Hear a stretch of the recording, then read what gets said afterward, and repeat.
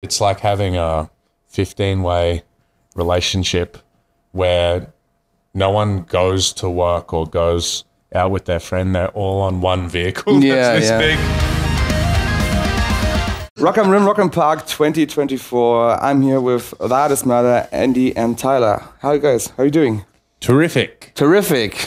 We slept the most of anyone last night and slept in the latest also. So I got the A-team, right, for the interview? Here we are. Yeah, we were the reason that we were late, so okay, it's our fault. Worries. No worries. It's the 4th day of your European summer tour. How was it so far? You played Rock am Park yesterday, right? Oh my God, I was just counting in my head. I'm like, it is the 4th day. Yeah? Yeah, we did play Rock am Park yesterday. How was it? It was great. I wasn't sure what to expect because we were running on like 1 hour of sleep, and I was like, I don't know what this show is going to be like. And then get to the green room, and then I finally walk out to the stage, and I'm like, oh, okay, this is what it's like. And I was like, this is insane. Yeah, this is as a musician, it was definitely like the biggest show that I've ever played. So it was a super sick moment for me personally. So it's also your first time at Rock am Ring, right? Yeah. What's your first impression of the area? Well, I've only been to the green room area. Oh, right. Okay. But, you know, instant coffee. That's always nice. Did you go on the racetrack? No. What? I don't think you went there before, Andy. We played here 6 years ago. But also from the buses to the artist area, the shuttle takes you on the racetrack. Yeah. So I'm like, how did you get here? Maybe I did. I guess I just wasn't paying attention. There were some other dudes in the van with me, and I was like, all right. Feeling kind of awkward, but I did notice that there's a roller coaster. The coffee needed time to hit it. Is the roller coaster in the building but it doesn't work anymore. It's just for show. Lame. Yeah. So you released your current record, Godlike, like almost a year ago. What was the last reception you got from it for the record? I don't know. Last reception? I mean, it came out 9 months ago now. We did obviously a tour in Europe, a headline tour, and now we're back again for the summer festivals. But the feedback's been good. Yeah. I think obviously we had some changes. Yeah. But I think even before that occurred, we felt inside the band that musically we'd made some changes to push towards a more dynamic, pure metal sound. Yeah. And I think it's been well received. Oh, yeah. The tours have been great. We just toured the US and it was amazing. We did some festivals in Australia, so we're excited to see how it goes over the next year and whatnot. So you joined the band with this record, and can you maybe describe the process of you finding your place within the band? It was a bit of a process because I had never done anything musically on this level before. Yeah.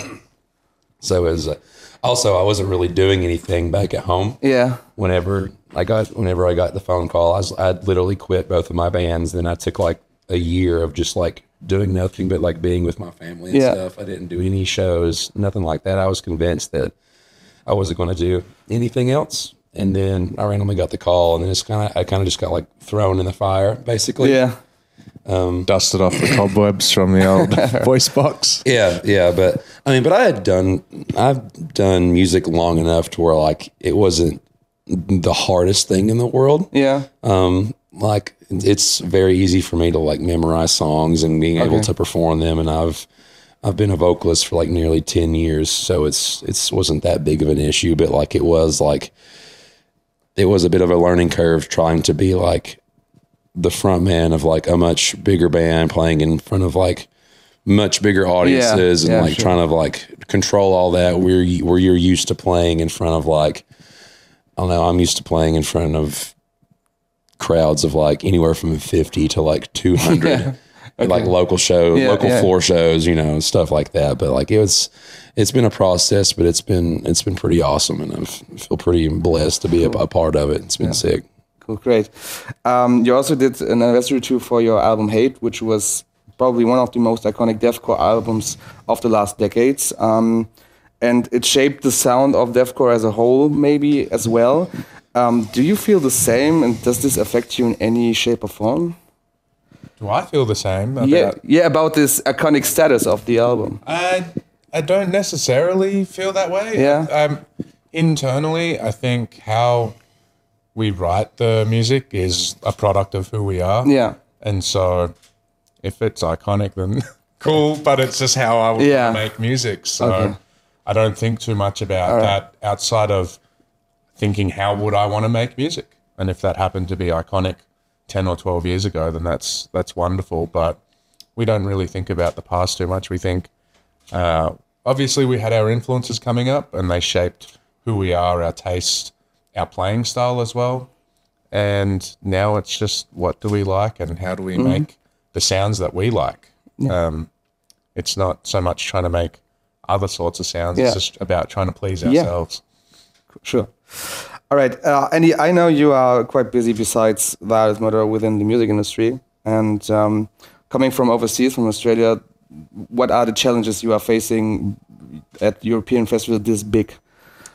One challenge that we face, I mean, not at this festival specifically. Yeah. So this is our first time doing a festival season or any tour really with this A and B rig of equipment. So 2 days ago we were in Sweden and we finished at 9:30 at night, 10 p.m. But we had to perform in Rockin Park yesterday just after lunchtime. Yeah. This is too far to travel. Too far, yeah. So we have to have a rig that's moving around and then a B rig that is also moving around. Yeah. And it's expensive. All right. It's expensive. And logistically challenging. Yeah. Logistical nightmare. The flights, the bus. Then we have vehicles taking lighting and equipment. So a lot of preparation. But it worked out so far. So far. Great. Cross our fingers. Fingers crossed. All right. So Parkway Drive are on the billing tonight. They are the last band playing this festival, doing a big headliner slot for Rock am Ring. And they recently had a break from touring. And one of several reasons was they are doing a lot of stuff within the band, in a band from the bandmates itself. Can you relate to that challenge of managing all this stuff around the band for yourselves? Yeah, it is difficult. You can imagine that there is a band. Obviously, Parkway Drive is a much larger scale than us too. Yeah. But for instance, a band like our size, there'll be between 12 and 16 people on the bus. Oh, yeah. So 5 band, but also the supporting crew. And a lot of the crew have been with the band, some of them for more than 10 years now, some 14 years, some less. But it's like having a 15-way relationship where no one goes to work or goes out with their friend. They're all on one vehicle that's this big for years and years and years. So it can be a challenge to manage everyone's expectations, manage the touring, manage the album releases, the merchandise, everything else that goes along with that, and making sure that everyone has enough time in between.